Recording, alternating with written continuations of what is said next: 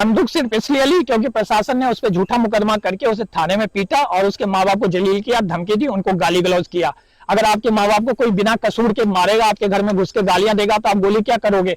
आप अपनी जान दे दोगे। जब इंसान के एक मर्द के सम्मान पे जब बात आती है ना, तो वो अपनी जान नहीं दिखता। अगर आप उसको 2 थप्पड़ मार लोगे बर्दाश्त कर लेगा, लेकिन उसके सामने उसके बच्चों को, उसके माँ बाप पे हाथ उठाओगे, वो कभी बर्दाश्त नहीं करेगा। वो भूल जाएगा कानून क्या है। देखिए दोस्तों, अभी हम लोग आए हुए हैं, हमारी पूरी टीम आई हुई है बिलौठी, जो भोजपुर बिहार में, जहाँ की भरत भूषण तिवारी का इनकाउंटर तो नहीं कह सकते हैं, उसको सुनियोजित ढंग से हत्या की गई थी। तो हम लोग वहीं थे, उनके घर पे बहुत सारे लोग आए हुए हैं, बहुत मीडिया आई हुई है और स्थानीय जो लोग हैं उनका बहुत बड़ा सपोर्ट है उनको। लेकिन ऐसा क्यों है, क्यों उनको इतना सपोर्ट मिल रहा है? क्या वो मानसिक बीमार इंसान था या क्या वो अपराधी था, जिस तरह से दिखाया जा रहा है कि बंदूक लेके घूम रहा था? तो इसीलिए हम लोग यहाँ आए थे जहाँ पे उनका इनकाउंटर हुआ था। ये वो जगह है जहाँ लोगों ने अभी ईंट लगा के एक छोटी सी उनकी समाधि बना दी गई, और जो वहां लोग खड़े हैं वहां पे उसने अपना जो पिस्टल था वो पुलिस के सामने सरेंडर किया था। और जैसे ही सरेंडर किया, पुलिस उसको घसीट के यहाँ लाई।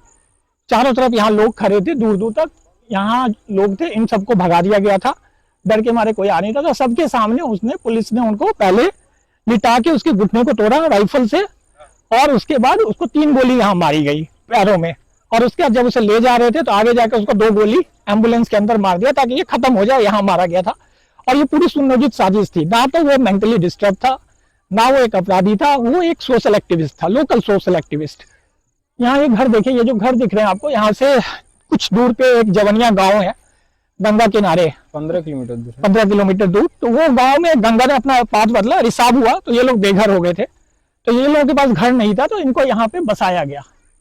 तो बहुत सारे लोग आए थे, पूरे भारत की मीडिया आई थी, इन पे स्टोरी बना के ले गई कैसे है। तो इन लोगों को देखिए, यहाँ इस तरह से घर है, किसी का घर नहीं है, पानी नहीं है। मतलब अगर पानी बढ़ेगा तो फिर ये लोग बाढ़ में चले जाएंगे। तो वो बच्चा जो था भरत भूषण तिवारी, इन लोगों की लड़ाई लड़ रहा था। और ये मोस्टली जो है दलित लोग हैं।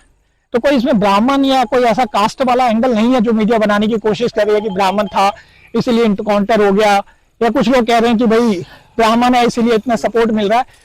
ये सारे लोग दलित थे जिनकी वो लड़ाई लड़ता था, जिनके लिए वो आवाज उठाता था। तो घटना से 3 दिन पहले ही ये लोग उसके पास गए कि भाई हमारे यहाँ भैया पानी की दिक्कत है, जिसके लिए वो एसडीओ के पास गया और उसने एक एप्लीकेशन दी कि यहाँ पानी दिया जाए। और उसने उत्तेजित होकर बोल दिया कि क्या ये पानी आप लोग पी पाएंगे। बस यहीं से इस घटना की शुरुआत हुई। उसके बाद उन्होंने, एसडीओ ने और लोकल थाने ने मिलके उसके ऊपर एक फर्जी मुकदमा कर दिया, और उस मुकदमे में उसको थाने में बुला के पीटा गया। उसके बाद जब उसके माता पिता उसको छुड़वाने गए तो उनके साथ भी गाली गलौज किया गया। जब एक निर्दोष इंसान के माँ बाप को आप उसके सामने पुलिस द्वारा गाली गलौज किया जाएगा तो आदमी क्या करेगा? अगर कोई तीसरा इंसान गाली देगा तो वो थाने जाएगा। लेकिन जब थाने वाला ही एक निर्दोष इंसान के साथ मारपिटाई करे सिर्फ इसलिए कि वो एक गरीब के लिए आवाज उठा रहा है, सिस्टम से सवाल कर रहा है, तो वो क्या करेगा? वो इतना अपना मेंटल पीस खो बैठा कि भाई मेरे माँ बाप को गाली दी जा रही है, मुझे धमकी दी जा रही है, पीटा जा रहा है, कि उसने अपना लॉकेट बेच दिया। और लॉकेट बेच के वो कहीं से कट्टा खरीद के ले आया। कितना आसान है बिहार में कट्टा खरीदना। एक इंसान जिसका कोई क्रिमिनल रिकॉर्ड नहीं है, वो कुछ ही घंटे में उसे कट्टा मिल जाता है। जब वो कट्टा लेके अपने घर गया तो उसके पिताजी ने कट्टा देखा, उन्होंने उसको समझाया, और उसके फादर ने ही थाने को इन्फॉर्म किया कि भाई मेरा बेटा कहीं से एक पिस्टल ले आया है, तो आप लोग उसका पिस्टल छीन लीजिए। तो फिर पुलिस अगले दिन गई, तब तक इसने वीडियो बना के कुछ फेसबुक पे डाला। जब पुलिस गई तो उसने पिस्टल टान दिया, पुलिस भाग के आ गई। क्योंकि पुलिस के अंदर कोई बहादुर नहीं होते, कायर लोग होते हैं ये लोग। ये तभी कुत्ते की तरह ये लोग झुंड में अटैक करते हैं।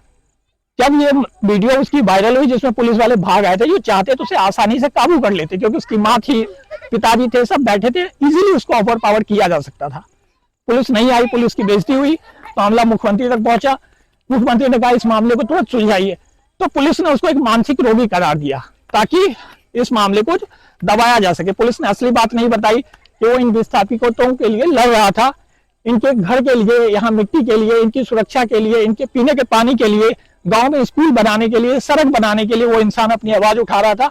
ये किसी ने नहीं बोला। पुलिस ने कहा एक मानसिक रूप से विकृत आदमी, पागल आदमी है, कल तक इस मामले को सुलझा लिया जाएगा। अगले दिन पुलिस ने उसको फोन करके यहाँ बुलाया कि आपकी सारी मांगे हम मान रहे हैं, सारे प्रशासन के लोग यहाँ आए हुए हैं, आप आ जाइए, बात होगी और आपकी मांग मान लेंगे। वो जो वहां लोग खड़े हैं, यहाँ देखिए, वो वहां पे पुलिस ने उसको बुलाया, वहां बात हुई, तो उसने पुलिस की बात पे भरोसा कर लिया कि भाई जब आप मेरी मांग मान रहे तो मैं अपना पिस्टल फेंकता, और पुलिस को अपना पिस्टल दे दिया। उसके बाद पुलिस घसीट के उसको यहाँ लाती है। यहाँ अभी भी खून पड़ा है, जिसके ऊपर पुलिस ने मोबिल डाल दिया, और जो उनकी गाड़ियां थी उसको बार बार उसके ऊपर आगे पीछे करके सबूत मिटाने के काम किए गए। जिस पुलिस का काम होता है सबूत की रक्षा करना, क्राइम सीन को प्रोटेक्ट करना, वो पुलिस क्राइम सीन को तहस नहस करके चली गई। अभी भी यहाँ खून पड़ा हुआ है, लोगों ने इसके चारों तरफ ईंट लगा के एक टेम्पोररी समाधि बना दी है। और ये जितने लोग थे जब पुलिस आई थी, इन सबको पुलिस ने धक्का देके पीछे भगा दिया। यहाँ लोग खड़े थे, उधर दूर से लोग खड़े थे, वीडियो बना रहे थे, सब ने ये कहा है कि पुलिस ने उनको घेर लिया।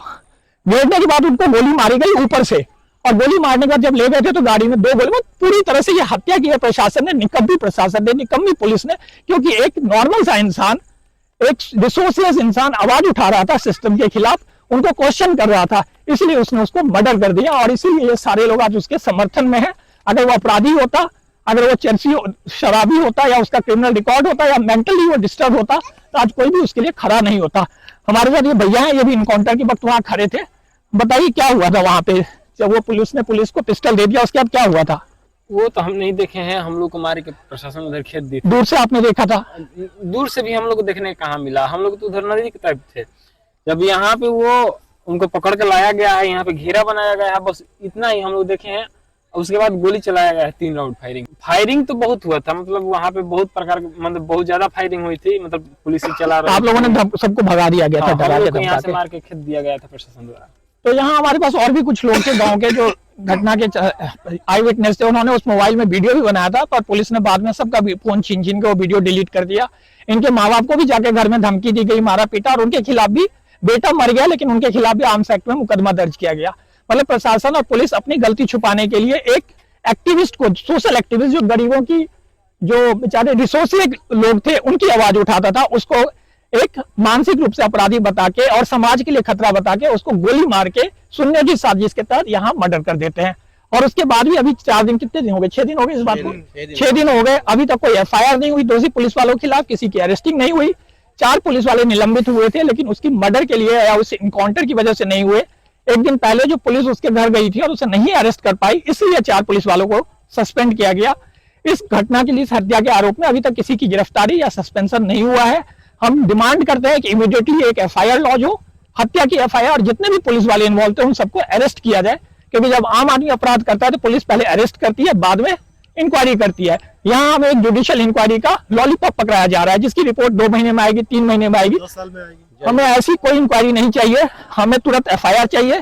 जितने पुलिस वाले दोषी हैं उन सबका तुरंत अरेस्ट किया जाए, बाद में इंक्वायरी होगी। अगर वो निर्दोष होंगे तो छूट जाएगा, और अगर दोषी होंगे तो उन सबको फांसी दिया जाए। यही हम डिमांड करते हैं। आप लोग इसी गांव के? देखिए, ये स्क्रिप्टेड मर्डर था। एग्जैक्टली। घटना के 10 मिनट के अंदर जिला पुलिस से प्रेस लिखती आती है उसके ट्विटर हैंडल पे, ट्विटर हैंडल पे, और दिया जाता है कि उससे साथ जवाबी कार्रवाई में गोली चली, और 10 मिनट के अंदर हटा लिया जाता है।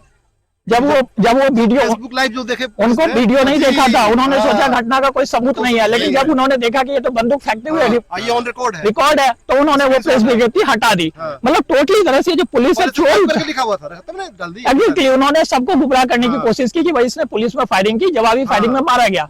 लेकिन जब उस वीडियो में आया कि इसने तो ऑलरेडी पिस्टल अपनी फेंक दी थी, तो पुलिस ने फिर कहानी को बदलना शुरू किया। लेकिन झूठ के कोई तार नहीं होते हैं। होता है क्या कि प्रशासन द्वारा तो ये जवाबदेह कार्यालय है, SP का कार्यालय, उसके कार्यालय से कोई प्रेस रिलीज, जो कि सबसे जवाबदेह चीज होता है, प्रेस रिलीज, वो जारी होती है और 10 मिनट में डिलीट की जाती है। और ये काम कोई छोटे मोटे पुलिस आलफेन है, SHO या सब इंस्पेक्टर या सिपाही का नहीं है।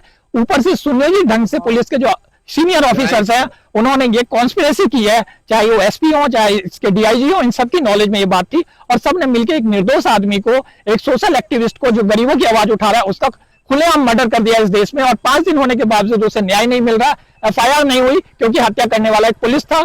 क्या इसलिए हम लोग अपना टैक्स देते हैं? क्या इसलिए हमने पुलिस को रखा है कि वो सिटीजन्स को मार दे? हमें जरे, जी सर बताइए, कुछ कह रहे थे आप? बहुत आपकी मतलब जो वाक्यांश सुन रहे हैं हम, बहुत जजमेंट लग रहा है। ये जो घटना हुई है निश्चित रूप से हृदय विदारक घटना है, पूरे राष्ट्र के लिए हृदय विदारक घटना है। सारा राष्ट्र की जनता इससे मर्माहत है सर। तभी आप देख रहे हैं, और हम लोग जो किसी के इनकाउंटर पे, चाहे वो अपराधी क्यों ना हो, पुलिस को सिंघम मानते हैं और उसको इतना अप्रिशिएट करते हैं, उसका नतीजा यही होगा। पुलिस करप्ट होती है, पुलिस जो होती है जनता की दुश्मन है, वो कभी जनता का भला नहीं चाहती। आप पुलिस के एक कार्य को सपोर्ट करोगे तो पुलिस का मन बढ़ेगा।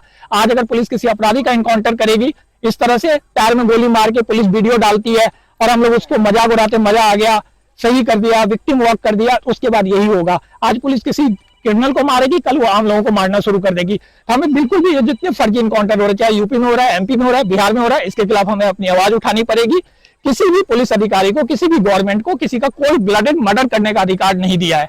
अगर कोई दोषी है तो अदालत से उसे सजा मिलेगी, उसको जो भी कानून के हिसाब सजा मिलेगी उसे सजा मिलेगी।